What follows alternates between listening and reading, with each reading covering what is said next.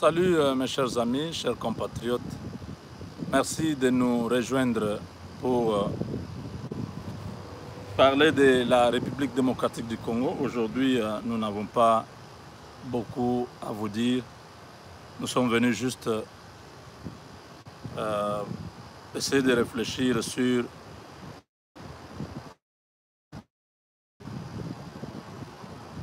ce qui s'est passé ce week-end, le week-end passé. Nous attendons tous la sortie du gouvernement et les listes ont été déposées, les listes du CACH, du FCC.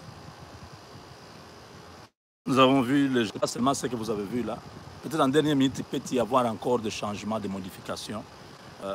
Ils ont garanti que dans son gouvernement, il a garanti à ses partenaires ici à Washington que dans son gouvernement, il n'y aura pas des anciens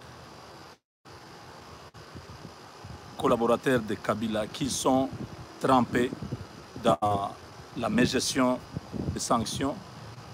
Donc, les gens qui sont cités dans les violences, dans les massacres, tout ça, nous aurons un gouvernement à la taille des Congolais, un gouvernement qui va respecter l'esprit du partenariat. Parce que nous voulons vraiment que le Congo puisse accéder à ces grands rendez-vous avec les business. Nous allons faire le business avec les Américains. Nous sommes déjà en train de nous préparer pour le retour de notre pays dans la Goa. De grands investissements au niveau de la haute finance sont déjà disponibles pour notre pays. Et pour ça, toutes les conditions, les FMI accordent déjà l'argent à la République démocratique du Congo. Donc tout ça, c'est un signal qui montre que du côté du président Félix Tshisekedi, il y a une suite logique dans l'esprit de pouvoir respecter les partenariats. C'est une occasion unique que notre pays doit pouvoir une plateforme électorale constitutionnelle qui n'a aucune base juridique, un fait privé avec la nation. Il confond ces FCC avec la nation congolaise, à sa famille politique. Ces listes-là ont été présentées à Kingakati auprès de son autorité morale. Ilunga Kamba reçoit les listes et dit qu'il va montrer ces listes-là à Félix Tshisekedi et à Kabila. Mais ça, c'est vraiment, ce sont des choses qu'on ne peut pas supporter. Voir que la coalition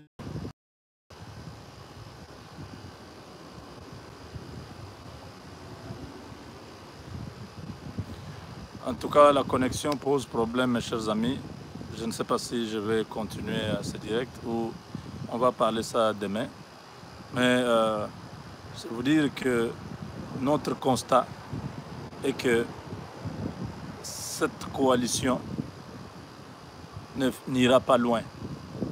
Avec des comportements comme ça, un papa de l'âge de Sylvestre Ilunga Kamba se comporte aussi comme quelqu'un qui a encore besoin d'apprendre comment l'administration fonctionne. Ilunga Kamba a un seul chef, c'est le président de la République. C'est le président Félix Tshisekedi. Ilunga Kamba, en tant que Premier ministre, il n'a pas un autre chef. Il ne peut pas encore reporter, faire les rapports auprès de Kabila. Non. Kabila a déjà donné son accord sur les noms qui doivent être au gouvernement. Le CACH a amené ces listes. Ilunga Kamba ne pouvait que mettre les deux ensemble et donner ça au président de la République. quand ils font des choses comme ça, chaque fois vous entendez, je remercie le président de la République et je remercie aussi l'autorité morale. Ces histoires-là, le Premier ministre ne peut pas avoir ce genre d'attitude, de comportement et de langage. Il doit savoir qu'il représente toute une nation. C'est un gouvernement de la nation, ce n'est pas un gouvernement du FCC ou du CACH. Pourquoi le président Félix Tshisekedi n'est plus président de l'UDPS? Parce qu'il est maintenant président de la RDC, de tous les Congolais. Il ne peut pas commencer à parler au nom de l'UDPS. Il parle au nom du peuple congolais.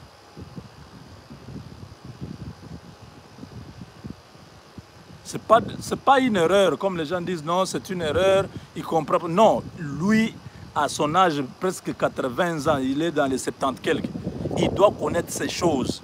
Il a été plusieurs fois ministre, plusieurs fois dans les entreprises publiques. Il connaît comment la fonction qu'il occupe, comment cette fonction-là, comment elle fonctionne, si je peux un peu me répéter. C'est vraiment triste de voir que les gens confondent leurs histoires fabriquées avec ce qui est au niveau national. Et vous verrez que dans le gouvernement, beaucoup de ministres vont avoir ce comportement-là. La plupart des ministres vont commencer à se comporter comme cette ministre du portefeuille. Et tous les autres qui sont là, les Mouilania et les autres, ils vont avoir ce comportement. Alors, le président de la République doit montrer son leadership. Parce que ça sont des sabotages. Un comportement comme ça, c'est un comportement qui vise à mépriser, à diminuer le pouvoir du président de la République. Kabila ne représente rien dans ce pays. Et son temps est compté dans ce pays avec tout son clic du FCC. Le peuple a trop souffert. Le peuple ne veut plus voir ces gens-là. Mais quand ils viennent toujours avec des comportements qui fâchent. Comme pour dire, nous sommes encore là. Vous pouvez encore nous supporter. Ça ne va pas trop durer.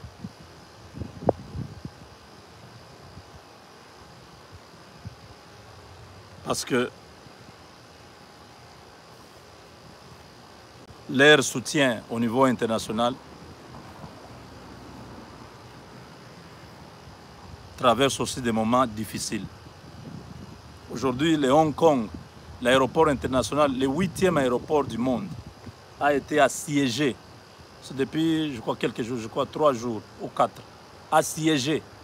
Tous les vols annulés. Vous connaissez l'impact sur le plan économique? Et tout ça, c'est la Chine qui est visée. La Chine est partie de 20% des exportations à 5% de volume d'exportation cette année. Depuis 2015, le volume d'exportation de la Chine a commencé à baisser parce que les Américains ont compris le système. Ils ont commencé à asphyxier la Chine et la Chine n'a pas pu résister. Ils ont dévalué leur monnaie la semaine qui vient de s'écouler. Ils ont dévalué la monnaie. Tout ça, ce sont des frustrations qui vous montrent que la Chine ne tiendra pas longtemps si la Chine ne change pas de politique. La Chine qui voulait se faire leader économique dans le monde, aujourd'hui la Chine se retrouve en difficulté. En difficulté. Pourquoi la monnaie a perdu de valeur? C'est parce que ces 15 dernières années, en Chine, il y a eu beaucoup de millionnaires, des milliardaires. Ils ont fait beaucoup d'argent. Le boom vraiment avec les États-Unis et les autres pays du monde. La Chine a vraiment été au top dans les exportations. Toutes ces créations de richesses au niveau de la Chine a commencé à perdre confiance depuis que la guerre commerciale ici s'est déclenchée. En Chine, les opérateurs économiques ont commencé à perdre confiance de garder leur économie, leur business, leur avoir, leur investissement dans la monnaie chinoise. Bien que les Chinois se tapent le luxe de nous raconter ce qu'ils veulent, vous voulez entendre, voilà, nous serons aussi, nous allons faire notre propre zone économique, ainsi de suite, avec notre monnaie. La Chine a donné déjà beaucoup de pays africains, utilisent déjà les yuan chinois. L'Angola utilise ça, l'Afrique du Sud utilise, le Nigeria. Il y a beaucoup de pays déjà qui utilisent ça comme une monnaie étrangère, comme vous utilisez les dollars, les euros, les livres sterling ou encore les yens japonais. Les Chinois se sont mis là-bas comme 5e monnaie d'échange dans le monde, les yuan. Parce qu'il y en a déjà 4 qui sont reconnus. Quand vous avez les livres sterling, vous pouvez dans toutes les banques du monde, ça passe, c'est une monnaie de parité. Vous avez d'abord les dollars, qui est le numéro 1, les euros, qui est le numéro 2, bien que l'euro ait beaucoup de valeur sur les dollars, mais le dollar américain a beaucoup de volume de transactions dans la globalité au monde. Et vous avez, je dis les dollars, les euros, les livres sterling et les yens japonais. Les livres sterling, c'est pour les Britanniques. Alors, leur orgueil de pouvoir se hisser aussi au niveau international a pénalisé les investisseurs chinois, les hommes d'affaires chinois.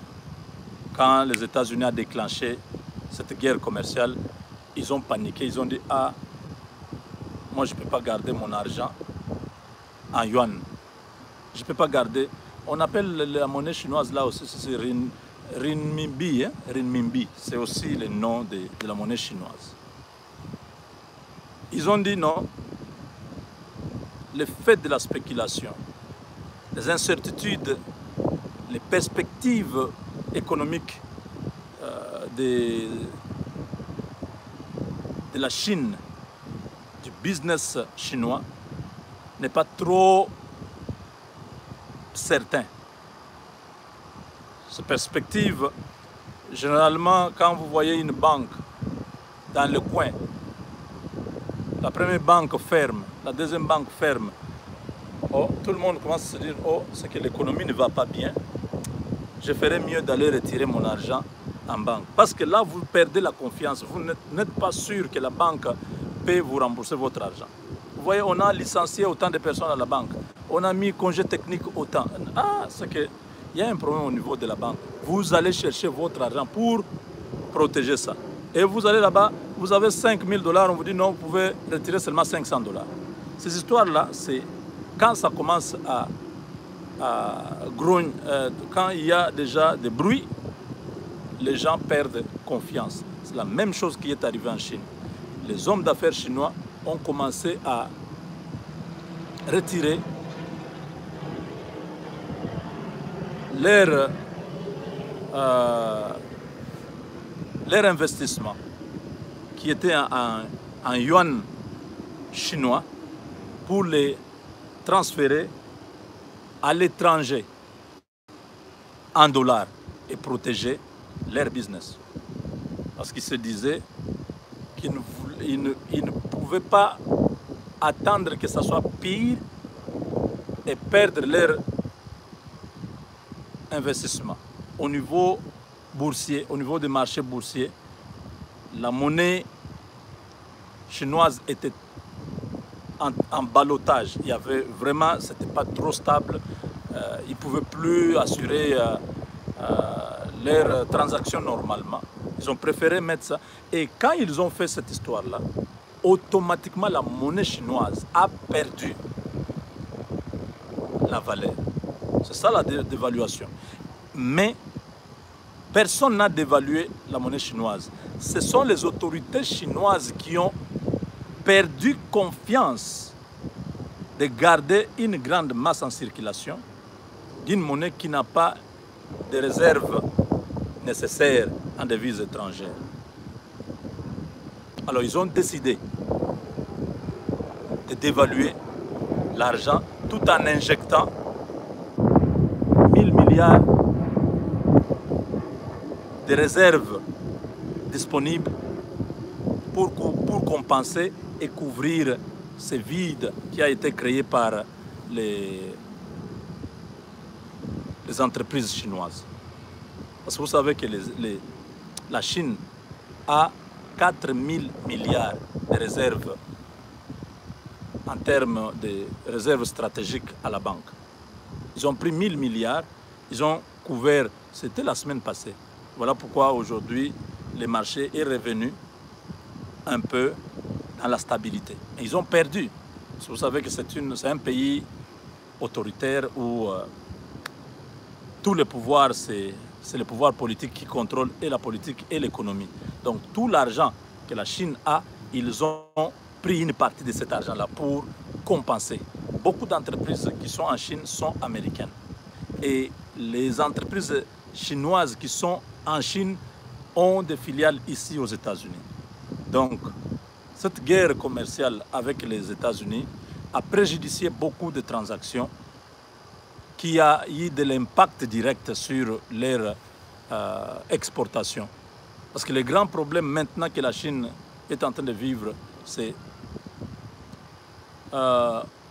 au niveau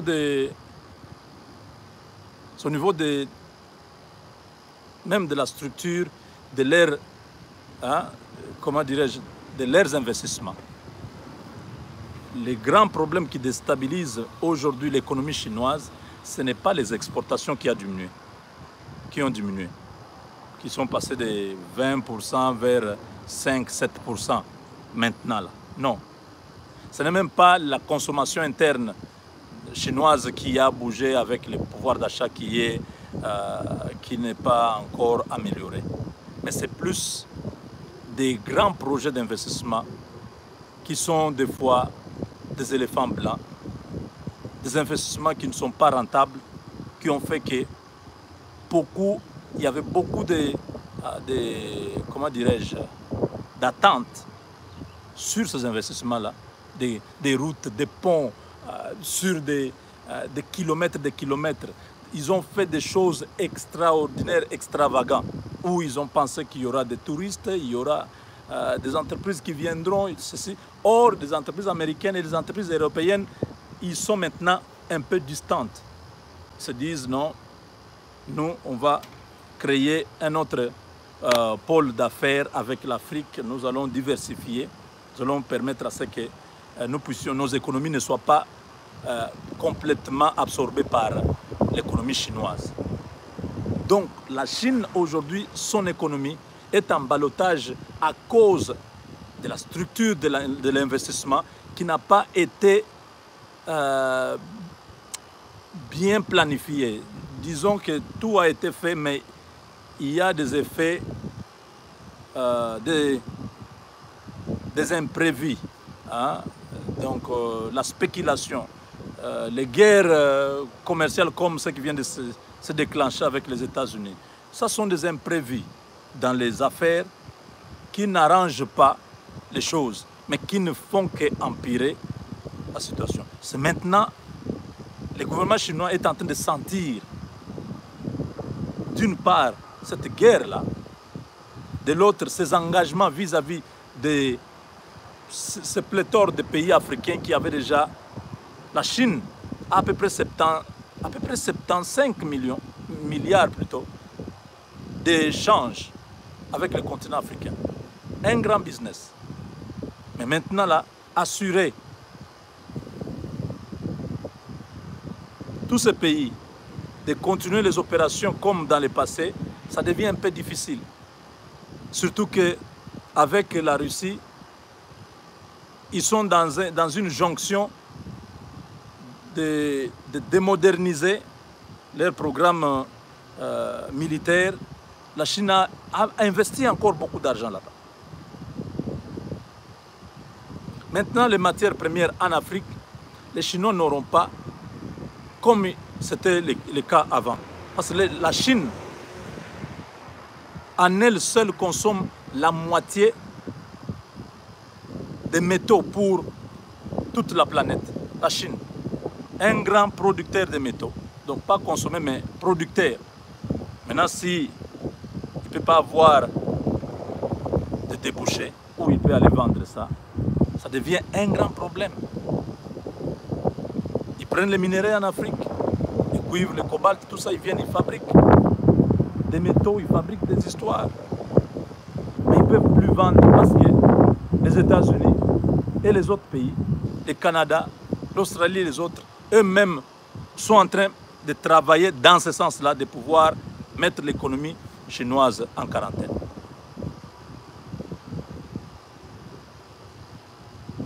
Vous voyez les alliés du FCC. Et Poutine déclare, multiplie les déclarations, tout ça. Ça ne sera pas comme auparavant, que les États-Unis soient les seuls maîtres du monde, qui coordonnent, qui dominent, qui imposent. Maintenant, nous sommes là. Mais avec quelle économie? Avec quelle économie? Donc, les FCC, à l'interne, nous devons combattre ces groupes de mercenaires, ce groupe, cette kermesse de gens corrompus et inutiles. Nous devons les combattre pour qu'ils soient complètement anéantis. Parce qu'ils n'auront plus les soutiens extérieurs. Leurs soutiens vivent des moments difficiles. Et nous avons le droit de vous le dire pour que vous ne puissiez plus hésiter à pouvoir poser ce genre d'action. Nous voulons vraiment que notre pays, à la sortie de ce gouvernement, qu'il y ait un changement. Nous ne voulons pas le comportement de gens comme l'ennemi Moulania qui croient que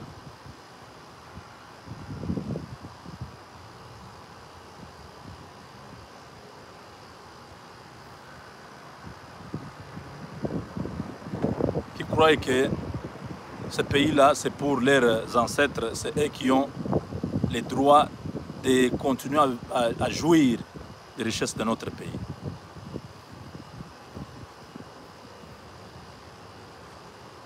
Je termine par cette demande au président de la République de s'investir pour que le général John Tshibangou soit libéré. Et surtout, je demande aussi que le président de la République tienne compte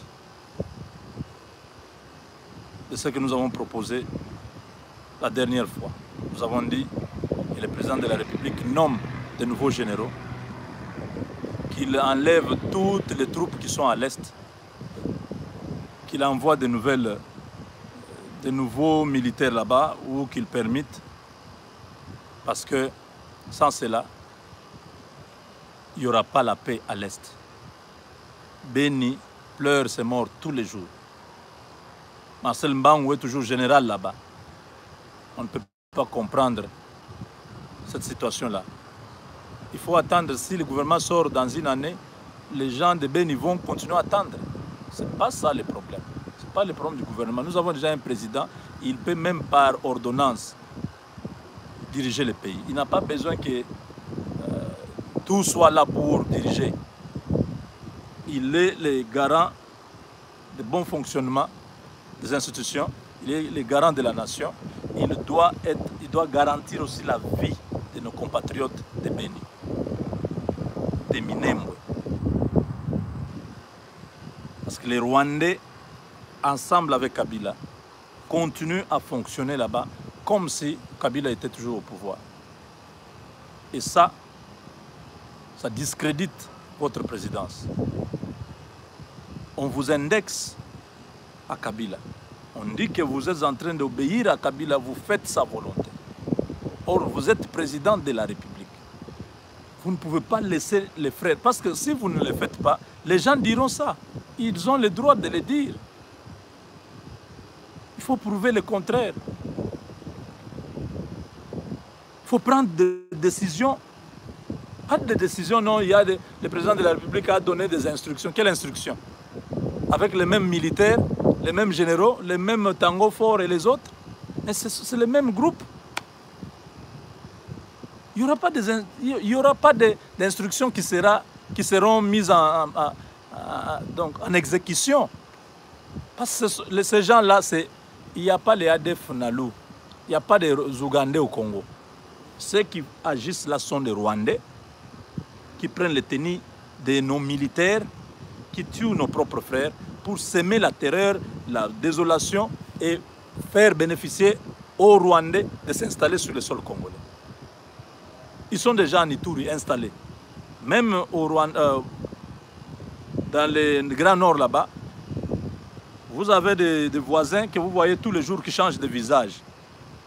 Aujourd'hui, vous avez un voisin, le visage, vous regardez, mais demain, c'est notre voisin qui est là. Mais vous vous dites, mais qu'est-ce qui se passe?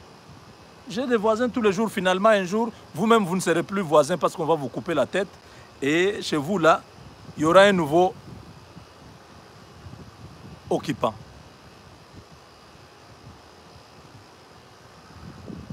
Monsieur le Président, prouve à vos détracteurs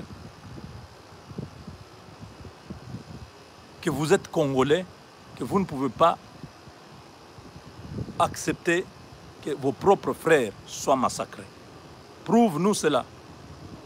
Nommez, vous êtes commandant suprême, non? Parce que quand nous avons dit non, le ministère de la Défense, on dit non, il faut dissocier. Le ministère de la Défense, c'est plus purement administratif, et le chef de l'État est commandant suprême, il nomme le chef d'état-major et les généraux. Oui, nous avons dit, ces matières-là, nous, tous, on n'est pas connaisseurs. Nous pouvons parler ici comme communicateurs, mais il y a des matières qui nécessitent que les spécialistes puissent expliquer. Et les spécialistes ont dit qu'en droit, bon, il faut bien comprendre ces choses-là.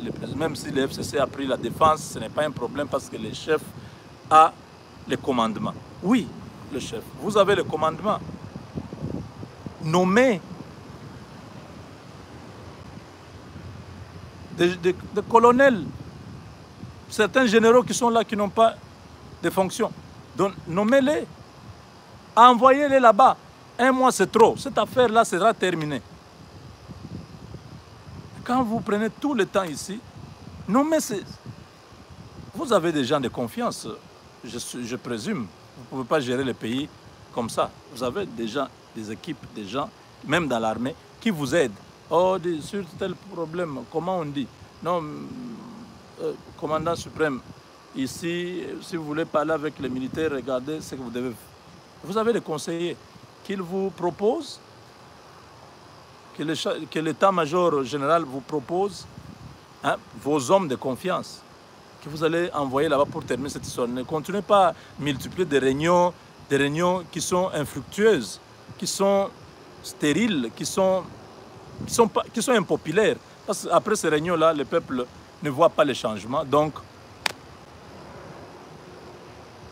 la situation continue à s'empirer. Vous avez parlé du côté de Djougou là-bas. Vous avez envoyé et les missiles et les hélicoptères. Tout a été fait. Maintenant, il y a un peu le calme. Pourquoi ça ne se fait pas à Beni depuis 2014? Donc nous attendons, Monsieur le Président, nous vous supplions, en tant que chef de l'État, de pouvoir faire votre travail de commandant suprême. Au-delà, nous tenons, il y a des soldats, Monsieur le Président. Vous êtes commandant suprême, n'est-ce pas? Nous avons vu les Obama ici en tenue militaire, même Macron, je l'ai vu, je ne sais pas, au Mali ou quelque part. Il est allé voir les militaires, lui-même était en tenue militaire. Monsieur le Président, à Tongelo, vraiment, hein, on te donne les sizes là qui te convient. Tu portes ça avec le képi là, commandant suprême. Tu es sur le terrain, tu fais un message à partir de Beni. Tu dis, je demande à tous ces groupes armés, tous ceux qui sont en train de semer la mort dans nos communautés, puissent cesser, puissent rendre les armes, puissent peut-être quitter le pays. Parce que maintenant, c'est une opération, je ne sais pas comment vous allez baptiser ça. Ce message-là avec menace, avec fermeté, avec une nouvelle équipe, ils regardent derrière, ils ne voient plus les Tango Forts et les autres voleurs des ministres, des généraux là. Ils voient des nouveaux généraux là, derrière vous. Tous vraiment sérieux, en colère, là, prêts à en découdre. Les genres de Mamadou Ndala. Vous les avez là derrière vous-même, 10 de nouveaux généraux. Même les généraux là de Kadogo, de Kabila, de Afdel, là, ils seront traumatisés. Quand ils savent que maintenant, ils sont au garage, ils n'ont plus de fonction. Vous avez des nouveaux chiens de chasse qui vous obéissent à vos ordres, mon commandant, commandant suprême, qui sont prêts à mourir pour vous. Mais cette histoire de Beni, ça sera un petit rien. Il ne faut pas continuer à porter les costumes là, du mode communiste que vous portez, monsieur le président. Vous êtes démocrate, vous êtes pro-occidental, portez le style occidental. Vous avez toujours porté une bonne cravate. Vos tenues, c'est toujours bleu. C'est ma couleur préférée. J'ai toujours des vestes, j'en ai beaucoup, toujours bleu. C'est très beau. Mais quand vous mettez les abacos là de Mao, des fois, on vous voit comme si vous êtes proche des Kremlin. Comme si vous êtes... vous avez la tendance de Mao. Les abacos. Vous êtes occidental. De surcroît, vous êtes démocrate, vous n'êtes pas communiste. Donc, cette tenue-là, il faut de moins en moins diminuer ça. Votre couturier, il faut lui dire que j'ai un compatriote qui m'a fait une reproche. Il dit, toi tu es pro-américain, il ne faut pas continuer à porter les styles russes là, le style chinois. Même le président chinois, Xi Jinping, Xi Jinping, il ne porte pas le style Mao, hein. Il porte toujours européen parce qu'il veut séduire les Européens, les Américains. C'est un businessman, c'est un leader, il a compris. Et la force de la Chine, c'est le monde occidental. Il est toujours en cravate, en veste. Il ne porte pas le style Mao, là. Monsieur le Président. Donc la bière, conseiller, à bière, de diminuer le costume. Diminuer le costume, il y a un communiste au président Zolata. Il est avec les Américains. Il faut qu'il soit dans son style européen. Hein? Ça fait quand même du bien. C'était une parenthèse, voilà. C'est notre président. Nous l'aimons beaucoup. Dieu lui a donné le Congo. À son tour, il a pris le Congo, il a aussi donné à Dieu. Donc, nous attendons que le changement arrive avec ce nouveau gouvernement. Il doit être ferme. Les Américains attendent un leadership fort. Pas toutes ces bêtises-là de Ilunkamba qui va aller montrer à Kabila la liste des ministres. Ça, vraiment, c'est se moquer des Congolais. Donc, voilà, chers compatriotes, pour aujourd'hui. L'Afrique est en train de pleurer un de ses fils, un frère ivoirien, DJ Arafat, est mort dans un accident. DJ Arafat, c'était un artiste ivoirien qui avait déjà une notoriété africaine, même internationale. Il a beaucoup excellé dans les coupés-décalés. Bon, vous savez, ces gens-là, souvent, ils entrent toujours dans leur magie et tout ça. À 33 ans, il est parti. Ça fait très mal.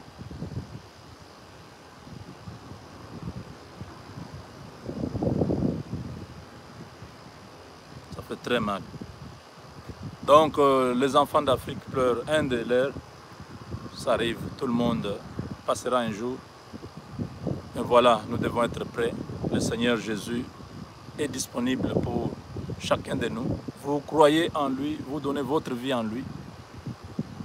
Vous n'avez pas peur de la mort, même si elle arrive maintenant. Vous irez vous reposer. Voilà, mes chers amis, merci pour ces moments que nous venons de passer. Avec Dieu, nous vaincrons.